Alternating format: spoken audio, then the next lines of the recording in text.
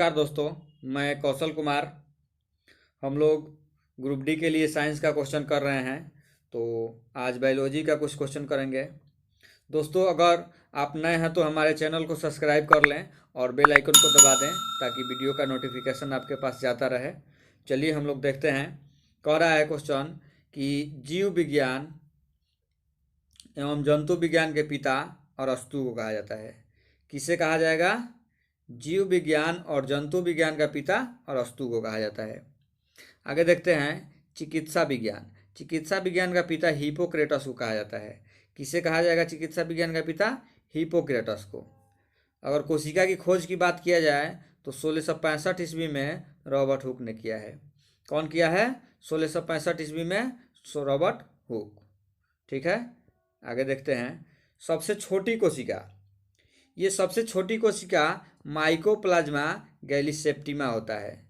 क्या होता है सबसे छोटी कोशिका? माइकोप्लाज्मा गैलीसेप्टिमा। सबसे बड़ी कोशिका की बात किया जाए तो ये शुतुरमुर्ग के अंडे का होता है। इसे हम अपने नंगे आंख से भी देख सकते हैं। आगे देखते हैं।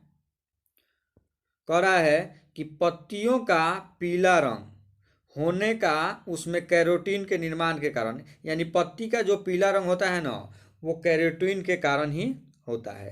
ठीक है, आगे देखते हैं। फलों के छिलके एवं फूलों में बर्नी लवक पाया जाता है। क्या पाया जाता है? बर्नी लवक। ऐसे बर्नी लवक 3 प्रकार के होते हैं: बर्नी लवक, अवर्णी लवक और हरित लवक। ठीक है, अवर्णी लवक ये भूमिगत जो जड़ होता है उसमें पाया जाता है, और फूल हो गया यानी रंग बिरंग का जो होता है उसमें ये बर्नी लवक पाया जाता है, और हरित लवक हरे जैसे पत्ता हो गया उसमें पाया जाता है। ठीक है, आगे देखते हैं।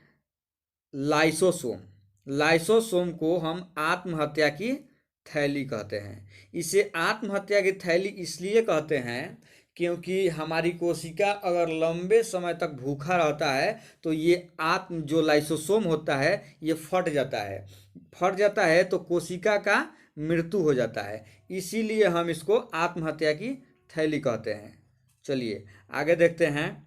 अगला कह रहा है कि राइबोसोम आरएनए तथा प्रोटीन के बने होते हैं। राइबोसोम किसका बना होगा? आरएनए का और प्रोटीन का। ठीक है, आगे देखते हैं।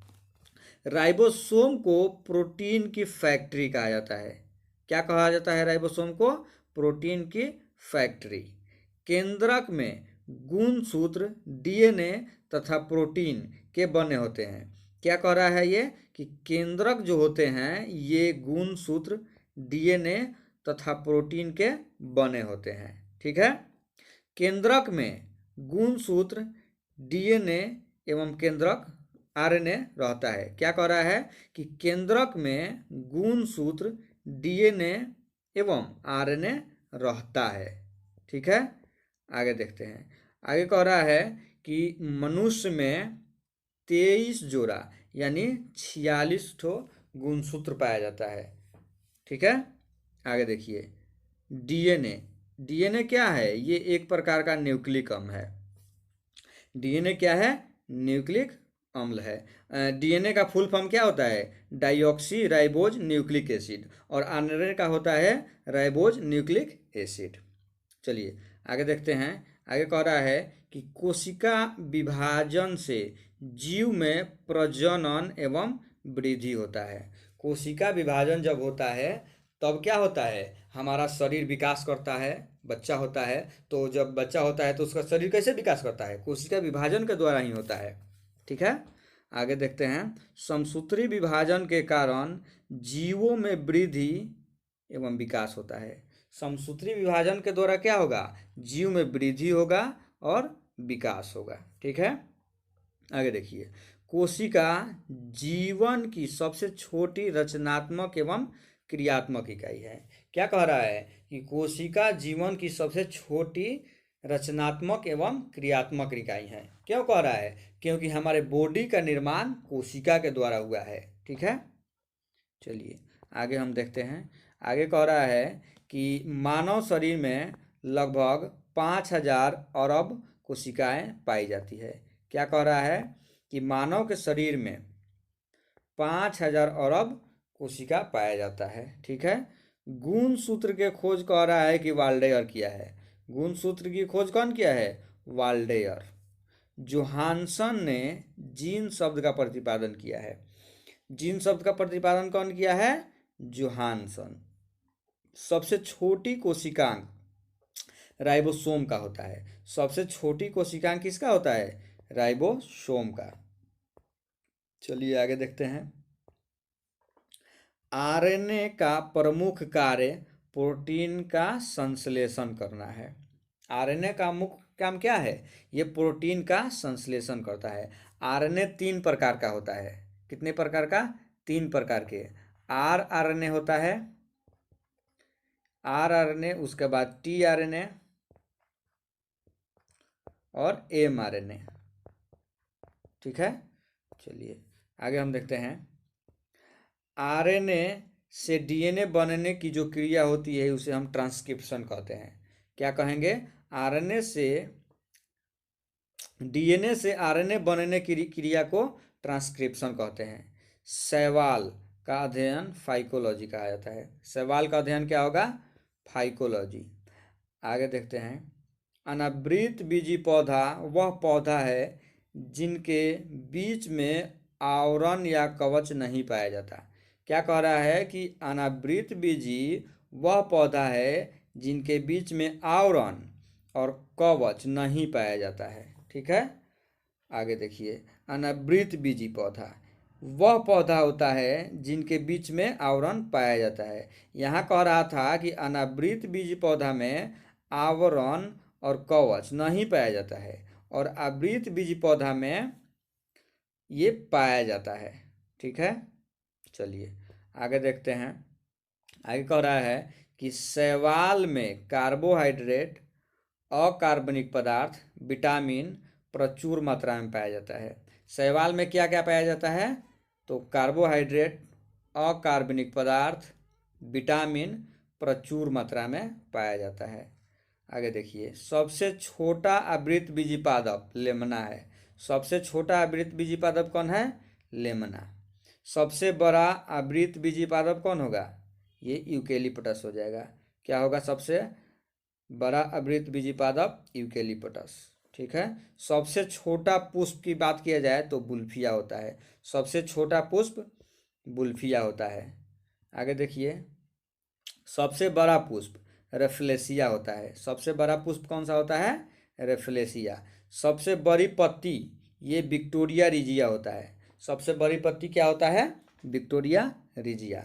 सबसे छोटा बीज आर्किड। सबसे छोटा बीज क्या होता है? आर्किड होता है। चलिए आगे देखते हैं। दोस्तों अगर आप नए हैं तो हमारे चैनल को सब्सक्राइब कर लें और बेल आइकन को दबा दें ताकि वीडियो का नोटिफिकेशन आपके पास जाता रहे। चलिए हम लोग आगे देखते हैं। कह रहा है कि सबसे बड़ी बीज, क्या कह रहा है? सबसे बड़ी बीज लेडोसिया होता है। सबसे बड़ी बीज क्या होता है? लेडोसिया। सबसे छोटा अनावृत बीजी पादप जैमिया पिग्मिया है। सबसे छोटा अनावृत बीजी पादप कौन सा है? जैमिया पिग्मिया। आगे देखते हैं। केंद्र की खोज रॉबर्ट ब्राउन किया है। कौन किया है केंद्र का खोज? Robert brown. चलिए क्वेश्चन आगे बोल रहा है। माइटोकॉन्ड्रिया ऊर्जा गृह। क्या कहते हैं माइटोकॉन्ड्रिया को?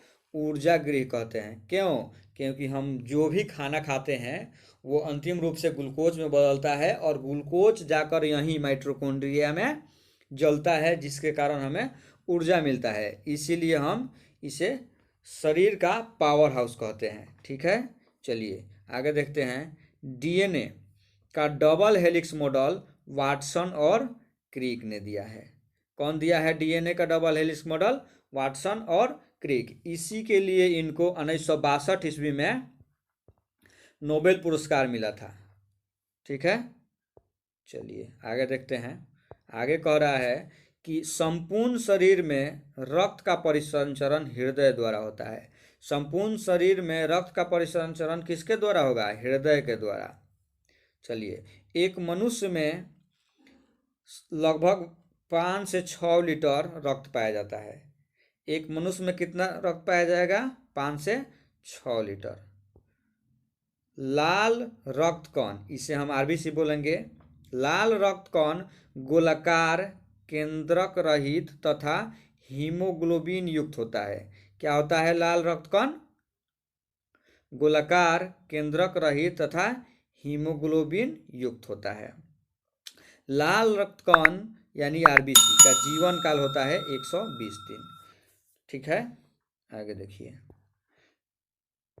लाल रक्त कण का मुख्य कार्य ऑक्सीजन और CO2 का संवहन करना है। लाल रक्त कण यानी आरबीसी क्या करता है?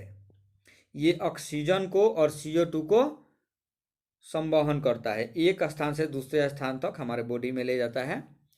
आगे देखते हैं। आरबीसी और डब्ल्यूबीसी का निर्माण अस्थि मज्जा में होता है। आरबीसी और डब्ल्यूबीसी का निर्माण कहाँ होता है? अस्थि मज्जा में। ये अस्थि मज्जा हम लोगों के हड्डी के बीच में पाया जाता है। आगे देखिए। प्लीहा, प्लीहा को हम स्प्लीन कहते हैं। क्या कहेंगे प्लीहा को? स्प्लीन को शरीर के रक्त बैंक कहा जाता है। प्लीहा को क्या आ जाएगा? शरीर का ब्लड बैंक। ठीक है। श्वेत रक्त कण यानी आरबीसी, डब्ल्यूबीसी, श्वेत रक्त कण किसे कहेंगे? डब्ल्यूबीसी को। का मुख्य कार्य रोगाणुओं से बचाना है। ठीक है।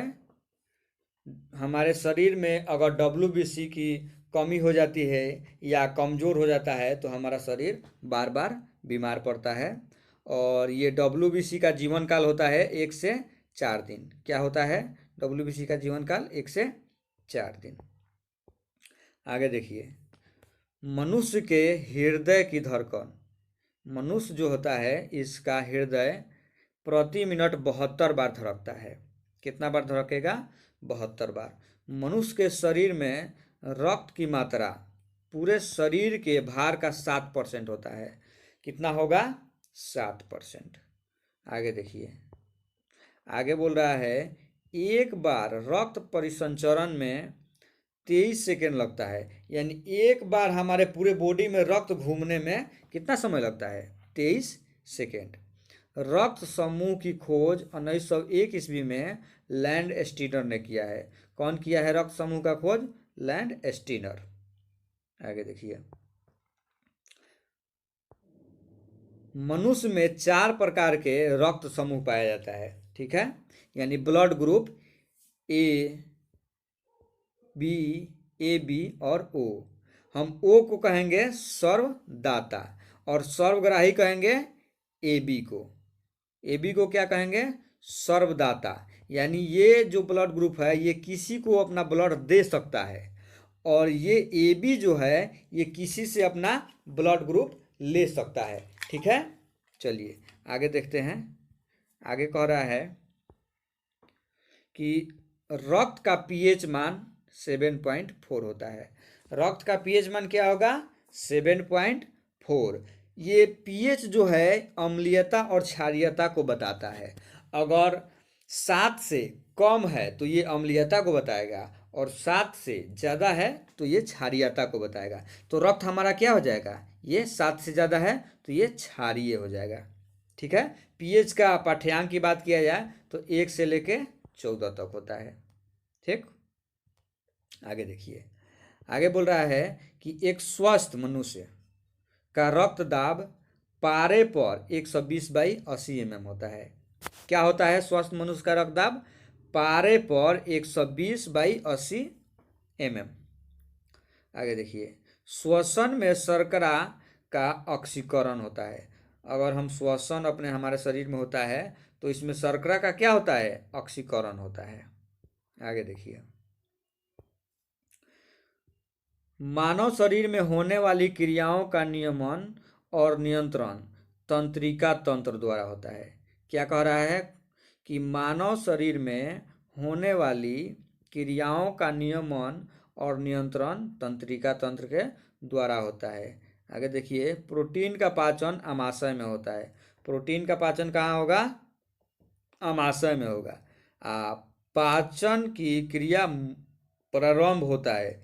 ये पाचन का प्रक्रिया जब हम खाना खाते हैं और चबाते हैं, तो चबाते हैं तो लार मिलता है, उसमें टैलिन होता है, तो हमारे मुंह से ही पाचन की प्रक्रिया शुरू हो जाती है। अधिकांश भोजन का तो पाचन नहीं होता है, लेकिन कुछ अंश का पाचन हमारे मुंह में होता है और पूर्ण रूप से पाचन हमारे छोटी आंत में होता है। चलिए आगे देखते हैं। आगे कह रहा है कि पाचन के बाद बचे हुए अवशिष्ट पदार्थ का अवशोषण छोटी आंत में होता है। यानी हमारा भोजन जो पच जाता है, तो पचने के बाद ये काइम के रूप में हो जाता है और इसका अवशोषण छोटी आंत में होता है। और जो बच जाता है, लवण हो गया और जल हो गया, तो इनका पाचन होगा बड़ी आंत में। ठीक है, चलिए आगे हम देखते हैं। आगे, मनुष्य के शरीर में पाया जाने वाला सबसे बड़ा ग्रंथि। ये मनुष्य के शरीर में सबसे बड़ा ग्रंथि कौन सा हो जाएगा? ये लीवर हो जाएगा। क्या होगा? लीवर। मनुष्य में वृक्क की संख्या 2 होती है। ये वृक्क हम किडनी को कहेंगे। किसे कहेंगे? किडनी को कहेंगे। इसका 2 ठो संख्या होता है हमारे में। अगर 1 ठो किडनी खराब भी हो जाता है तो हमारा काम चल जाता है, हम जीवित रह सकते हैं। ठीक है, चलिए आगे देखते हैं। 24 घंटे में मनुष्य लगभग 1.5 लीटर मूत्र उत्सर्जित करता है। यानी पूरे दिन में हम 1.5 लीटर मूत्र का उत्सर्जन करते हैं। आगे देखिए, आगे कह रहा है कि मानव शरीर में 206 हड्डी पाया जाता है। मानव के शरीर में कितना हड्डी पाया जाएगा? 206 को। और आगे बोल रहा है खोपड़ी में हड्डियों की संख्या 8। खोपड़ी में कितना होता है हड्डी? 8 तो होता है। आगे देखिए, शरीर की सबसे छोटी हड्डी स्टेपिस, ये कहाँ होता है? कान में होता है। और सबसे बड़ी हड्डी की बात करें तो हमारे जांघ में पाया जाता है। इसको हम फीवर कहते हैं। और जांघ के जो घुटना के बाद होता है हड्डी, ये इसको हम टिबिया फबुला कहते हैं। क्या कहते हैं? टिबिया फबुला कहते हैं। ठीक है, चलिए आगे देखते हैं। आगे दिया गया है, कह रहा है कि हार्मोन का कार्य सभी प्रकार के रासायनिक क्रियाओं का नियंत्रण करना है। हमारे बॉडी में हार्मोन का कार्य क्या है? ये हमारे बॉडी में जितने भी रासायनिक क्रिया होता है उन सब का नियंत्रण करता है। कौन? हार्मोन। चलिए, पीयूष ग्रंथि को मास्टर ग्रंथि कहते हैं। पीयूष ग्रंथि को हम क्या कहेंगे? मास्टर ग्रंथि कहेंगे। आगे देखते हैं, मेडुला ग्रंथि। क्या दिया गया है? मेडुला ग्रंथि रक्तचाप को नियंत्रित करता है। ब्लड प्रेशर को क्या करता है? मेडुला ग्रंथि नियंत्रित करता है। आगे देखिए, इंसुलिन का स्राव अग्नाशय के द्वारा होता है। ये अग्नाशय के बीटा कोशिका से होता है। किससे होगा? बीटा कोशिका से इंसुलिन का स्राव होता है। चलिए आगे देखते हैं। आगे कह रहा है क्वेश्चन कि शरीर की वृद्धि एवं उपापचय की गति को नियंत्रित करने वाला हार्मोन थायरॉक्सिन है। क्या कह रहा है? कि शरीर की वृद्धि एवं उपापचय की गति को नियंत्रित करने वाला हार्मोन कौन सा हो जाएगा? थायरॉक्सिन हो जाएगा।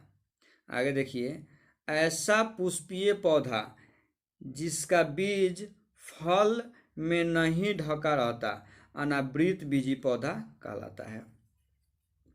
क्या कह रहा है क्वेश्चन? कि ऐसा पुष्पीय पौधा जिसका बीज फल में नहीं ढका रहता अनावृत बीजी कहलाता है।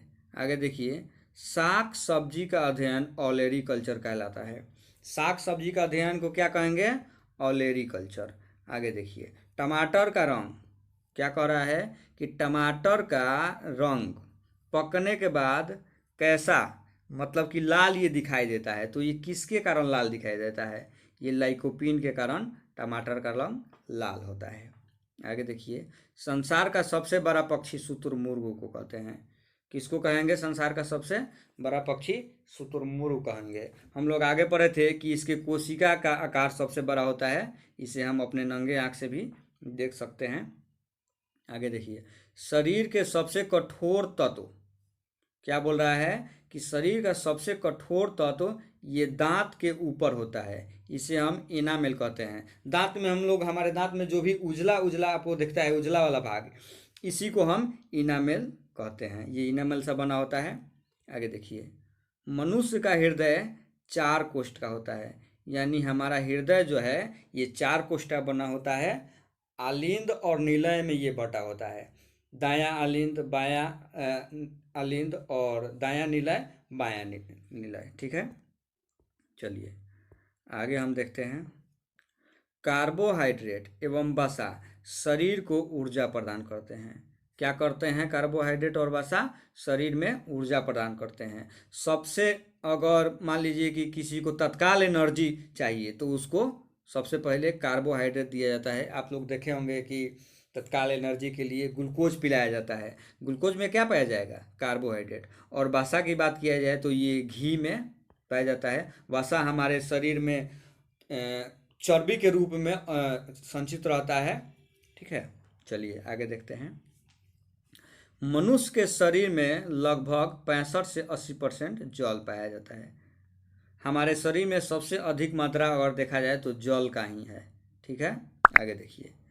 मनुष्य के लिंग निर्धारण ये पिता के गुणसूत्र पर होता है। मनुष्य के लिंग निर्धारण किस पे होगा?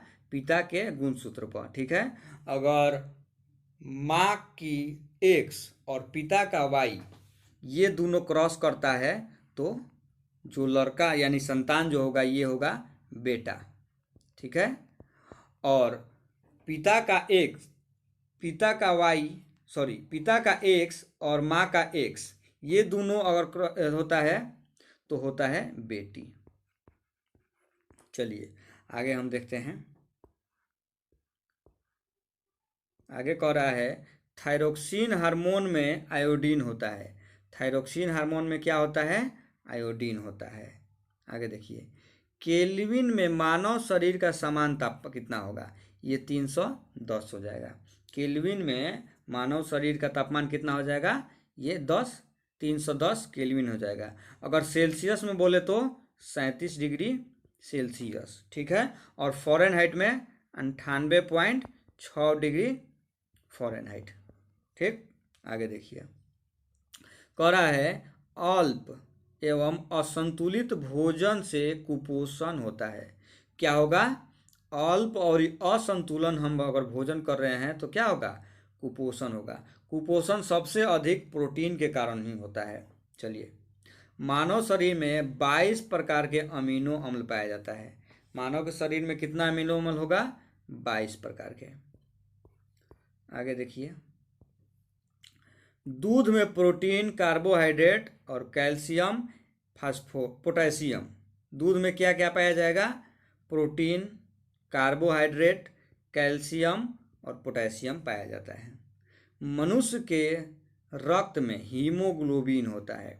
मनुष्य के रक्त में क्या होता है? हीमोग्लोबिन होता है।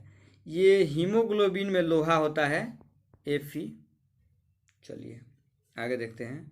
अर्धसूत्री विभाजन में गुणसूत्रों की संख्या आधी हो जाती है। अर्धसूत्री जब विभाजन होता है तो गुणसूत्र की संख्या कितना हो जाएगा? आधा हो जाएगा। आगे देखिए, आगे कह रहा है ऑक्सीजन के कमी से हाइपोएक्जिमा नामक रोग होता है। ऑक्सीजन की कमी से कौन सा रोग होगा?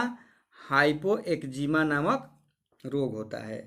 तंत्रिका तंत्र की इकाई न्यूरॉन को कहते हैं। तंत्रिका तंत्र की इकाई किसे कहेंगे? न्यूरॉन को। आगे देखिए, आगे बोल रहा है तंत्रिका तंत्र की इकाई न्यूरॉन को तो हो गया। मानव शरीर की सबसे बड़ी कोशिका ये न्यूरॉन ही है। क्या है मानव शरीर की सबसे बड़ी कोशिका? न्यूरॉन। आगे देखिए, मानव शरीर की सबसे छोटी कोशिका सियाटिक है। मानव शरीर की सबसे छोटी कोशिका क्या है? सियाटिक है।